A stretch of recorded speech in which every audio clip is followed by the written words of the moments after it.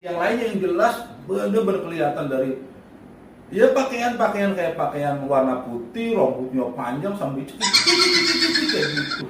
Terus sambil pandang ke atas lah. Assalamualaikum warahmatullahi wabarakatuh. Waalaikumsalam warahmatullahi wabarakatuh. Perkenalkan, gua Herman dari Security Horror. Pada kesempatan kali ini, saya kedatangan tamu ataupun teman dari satu profesi security juga ya, yang bernama siapa Pak namanya Pak? Nama saya Sofyan.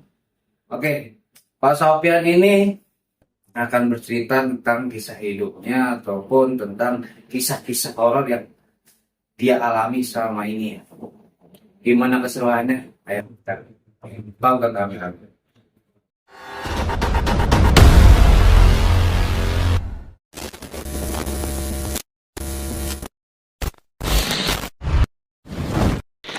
Terima kasih untuk di kesempatan ini yang sudah memberikan saya untuk menceritakan kisah-kisah perjalanan hidup saya. Sebelumnya saya ucapkan Assalamualaikum warahmatullahi wabarakatuh. Waalaikumsalam warahmatullahi wabarakatuh.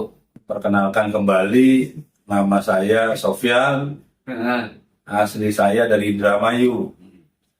Nah, kebetulan saya juga sudah berkeluarga, sudah punya anak 4 sekarang. Dan istri saya berasal dari daerah Pandeglang. Baiklah, istrinya 4 juga. Istri 1 harus Bisa. satu nggak boleh itu kalau kita tidak mampu. Kalau kita mampu ya nggak masalah. Nah, kebetulan alhamdulillah istri saya 1, anak saya 4. Jadi kisah ini saya mau menceritakan tentang kelahiran anak saya. Kebetulan kelahiran anak saya yang pertama, laki-laki. Di mana waktu itu saya nikah tahun 2006 dan melahirkan seorang anak laki-laki di tahun 2008. Jadi saya kosong 2 tahun Pak Herman. Kosongnya 2 tahun. Kosong 2 tahun. Nggak Kan diisi. nikah 2006, 2007 mungkin hamil, dan 2008 lahiran. Kenapa saya berbicara itu? Karena posisi istri saya di kampung Pak Herman. Pantas isi-isi ya. Posisinya di kampung, jarak yang ditempuh sangat jauh. Kalau untuk pengecekan USG apa, jadi selama dari hamil 0 sampai 9 bulan itu tidak pernah dicek. Mungkin istri saya berapa kan ketika terakhir saya dapat singkat cerita, di bulan Mei 2008 lahirlah anak saya laki-laki. Itu tanggalnya tanggal berapa? Tanggal 20. Tanggal 20. 20 saya sudah bekerja di Jakarta sebagai satuan pengamanan, dan di tanggal 18-nya saya libur turun jaga pagi. Pulanglah saya dengan kendaraan naik bis. Sesampainya di rumah malam nginep. Nah, tanggal 19-nya biasanya saya sore berangkat ke Jakarta lagi. Batin saya agak ngeganjel, padahal saya belum tahu nih hamilnya istri saya lahirnya kapan karena tidak pernah diperiksa. Nah, ketika di batin saya agak bergejolak, saya berangkat tidak, dan akhirnya saya memutuskan, udah besok pagi saya nggak usah berangkat, saya izin. Memang nggak masalah, kata istri saya izin juga, ada kabar. Tepat di tanggal 19 maghrib, istri saya mulai merasakan mules-mules, Kontraksi gitu ya. kontraksi lah. Di dalam kebingungan saya kan anak pertama nih, belum ada pengalaman. Iya. Nah, saya ngomong sama mertua, Bu, saya bilang, itu si Engkus kan, kebetulan namanya Engkus, saya ceritakan aja nama aslinya. Mules-mules, khawatirnya jangan-jangan mau melahirkan. Dan nanti saya kuliah, begitu dilihat sama mertua saya ataupun ibu kandung istri saya, nah, prediksi itu sekedar prediksi, wah iya nih kayaknya mau melahiran, udah ada apsi ketuban pecah lah anggapnya. Dari jam berapa tadi saya bilang itu? Sore ya? Sore. Dari sore sudah mulai kontraksi, maghrib, nah disitulah saya mulai ada kegelisahan. Bu, bawa aja ke puskesmas. Nah, kata mertua saya, jangan. Di sini kebetulan di tahun 2008 itu semua warga di situ ketika melahirkan makanya dukun bayi. Tidak ada yang namanya pakai bidan. nggak boleh ke puskesmas. Nggak boleh, karena satu puskesmasnya jaraknya jauh, dengan jalanan yang hancur di pedalaman, membutuhkan waktu yang lama juga, yang dikhawatirkan brojol di Jalan. jalan. Nah, ada di desa saya itu namanya pustu, pusat kesehatan pembantu. Cuma alatnya tidak memadai seperti itu. Setelah dijelaskan seperti itu, akhirnya saya mengikuti arahan mertua saya. Itu Di saat kayak bidan juga modelnya. bidan sama, cuma kan pusat kesehatan pembantu, karena jaraknya jauh kalau ke kecamatan puskesmas nih. Nah, setelah malam tiba sekitar pukul, ya anggaplah jam 8 malam, di situ mulai parah lagi kontraksinya. Istri saya teriak-teriak, menahan mules. Nah, belum ada dukun bayi, belum datang, padahal pertama sudah disusulin. Di mana rumahnya juga ya satu posisi malam gelap gulita, lewatin pematang sawah, kita tidak bisa menggunakan kendaraan, harus jalan kaki. Belum ada lampu sama sekali. Ada lampu, cuma kalau untuk di penerangan jalan belum ada. Nah, karena kekhawatiran saya, sudah Pak, saya jemput lagi aja dukun bayinya. Saya ditemani sama siapa? Karena saya belum tahu rumah dukun bayinya. Anggaplah dukun bayinya itu Mbok Siti. Udah Pak, ke mertua yang lelaki saya, ayo samperin lagi Bu Itinya. Karena di situ banyak, ada yang tidak pakai dukun bayi asal brojol, ada kalau pas selamat. Emang rumah bayinya di mana? Agak jauh dari rumah saya itu, pokoknya di Pandeglangnya itu Pandeglang pelosok, jalan masih batu-batuan. Kebetulan juga di bulan Mei itu cuaca hujan masih rame, jalanan licin. Karena pemahaman orang pelosok itu kalau manggil dukun bayi itu paraji lah disebutnya, nggak sembarangan Pak. Gua sembarang kita main jemput terus ayo kita antar, enggak. Waktu itu saya dibekelin pertama sapu lidi, yang kedua gunting, yang ketiga golok, dengan tujuannya pemahaman orang di situ jangan sampai diganggu oleh makhluk-makhluk halus. Sampai merinding saya juga. Nah, ketika saya sama mertua saya berdua, saya alat-alat udah saya bawa, dan juga di mulut saya, di hati saya nggak berhenti, saya mengucapkan kalimat-kalimat Asmaul Husna apa, saya baca. Panjang jalan ya? Panjang jalan, karena di jalanan juga saya pakai sepatu bot Pak. Saya nggak berani pakai sandal kalau dari Banten, satu banyak ular tanahnya juga di situ. Dan saya berdua tanpa ada obrolan sama mertua. Jadi kayak kedua-dua antara saya sama mertua itu sama-sama tegang. Karena nggak sembarangan nih, saya nih mau manggil dukun bayi di malam hari.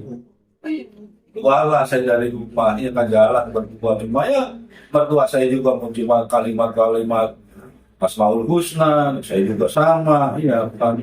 Begitu dari rumah saya tanjakan, dari tanjakan turunan itu suasananya agak beda. Dari angin yang sembunyi, suara apa sih binatang malam. Kadang cuma hanya halusinasi ataupun gimana, kadang ada sekelebatan, ya kan. Ditambah saya udah diwanti-wanti pas di rumah, nggak sembarangan manggil paraji ataupun dukun bayi. Karena isu yang berkembang khawatirnya ketika kita menjemput dukun bayi, yang dijemput itu bukan dukun bayi kebanyakan. Apa tuh? Justru makhluk halus yang menyerupai dukun bayi. Sebegitu ya? Banyak kejadian kayak gitu, pemahaman di kampung ya, bukan di kota. Nah, jangan sampai hal itu terjadi menimpa saya. Saya baca-bacaan terus kalimat-kalimat Asmaul Husna. Belum kita melewati sawah yang licin, kadang saya terpelosok, jatuh benar-benar terpelosok karena posisi licin, jalanan lumpur di sawah, kan. Bangun lagi, sampailah di satu rumah di bawah pohon kelapa. Jadi rumah di Pandeglang itu masih pelosok, 1-2 rumah. Tetangganya itu bukan dekat-dekatan jaraknya, agak jauh, bilang cuma satu, pedih. Saya ketok lah pintunya. Assalamualaikum Bu, langsung dijawab. Betulan masih ya sekitar jam 8 dari rumah, nyampe rumahnya dukun paraji itu 8:30, setengah jam perjalanan. Waalaikumsalam.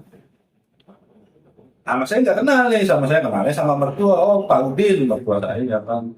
Ya gimana Pak Udin? Ini anak saya, ini mantu saya, mau lahiran Bu, katanya dari tadi sudah mulus-mulus. Iya, katanya, saya mau ke situ karena posisinya hujan, nggak berani, jadi saya nunggu dijemput.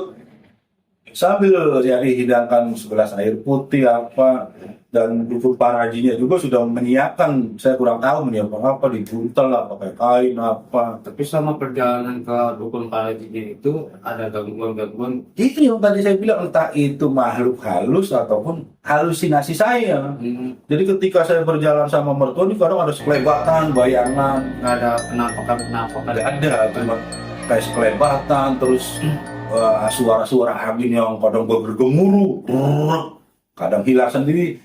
Yang saya lucunya, walaupun saya agak merasa ketakutan dan sedikit rasa ketakutan, saya tidak berani berbicara sama mertua saya karena dikhawatirkan dua-duanya takut. Saya tanya mertua, Pak, umpamanya suara apa? Takutnya sama-sama megang ya, kacau semua. Iya. Jadi saya berdua itu sebenarnya sama melihat bayangan sekelebat, angin yang bergemuruh. Yang perjalanan itu melewati hutan juga. Enggak. Hutan sih bukan, tapi perkarangan. Jadi tanjakan jalanan terus turunan masuk belok kanan itu pohon semua. Cuma bukan hutan, hutan perkarangan lah, banyak pohon. Singkat cerita, setelah dukun bayinya keluar sambil komat kamit juga dengan bahasa Sunda. Nah kebetulan saya kan pendatang, saya Indramayu, saya nggak ngerti apa yang dia ucapkan. Jadi begitu keluar pintu, dia sambil bawa obor, mungkin di dalamnya itu minyak tanah, dulu masih ada 2008, sama sumbu apa. Karena waktu pertama saya berangkat itu sama mertua cuma pakai senter kecil, HP nggak bawa, saya Nggak bawa obor itu. nggak bawa obor, saya Senter aja ya? boro-boro nyiapin. Nah, karena Ibu Siti itu, Mbok Iti, mungkin sudah biasa kali jadi panggilan apa, jadi sudah sedia obor. Nah, ketika menyalakan obor, keluar pintu rumah juga sambil komat kamit. Saya nggak ngerti dah komat kamit apa. Dan memang mimik mukanya itu berbeda. Kayak yang pertama saya datang, mimik muka dukun parajinya itu. Kayak ada rasa apa sih, raut mukanya tegang kayak gitu, nggak seolah-olah lihat apa, saya juga kurang ngerti. Begitu keluar dari pintu, posisi mertua saya di depan, diarahkan sama Boy itu. Posisi Boy itu di tengah, saya di belakang, karena jalannya setapak, bukan jalan lebar kita bertiga beriringan, bukan. Jadi yang di depan siapa, yang di tengah siapa, yang di belakang siapa. Baris gitu ya. Berbaris. Ya. Nah, Boy itu bilang ke saya, awas Mas, kalau bahasa Indonesianya saya diterjemahkan oleh mertua saya. Jangan sekali-kali nengok belakang. Kenapa itu? Ya udah paham. Nggak ditanya. Enggak. Nah, mertua saya bilang, udah ya ikutin aja perintahnya. Jadi saya nggak mau banyak tanya. Pokoknya saya nggak boleh nengok ke belakang. Awas dijaga barang-barang yang udah dibawa seperti golok, gunting, terus sapu lidi, ya kan. Itu golok buat apa ya? Ya saya kurang paham juga itu sebagai saran, katanya untuk menghindari makhluk halus. Makhluk halus itu tak bergolok. Ya kurang paham juga, itu kan adat istiadat kebiasaan. Iya. Jadi dengan berjalannya waktu sambil pelan-pelan, saya merasa tegang dalam hati, kok ada apa sih ini ya? Maksudnya bukan kayak perjalanan biasa gitu makanya. Itu dibarengin kayak suara apa ya? Kalau kayak binatang itu mungkin kayak binatang musang, tapi beda sama musang. Jadi suara kikik. Itu ayam. Apa binatang malam?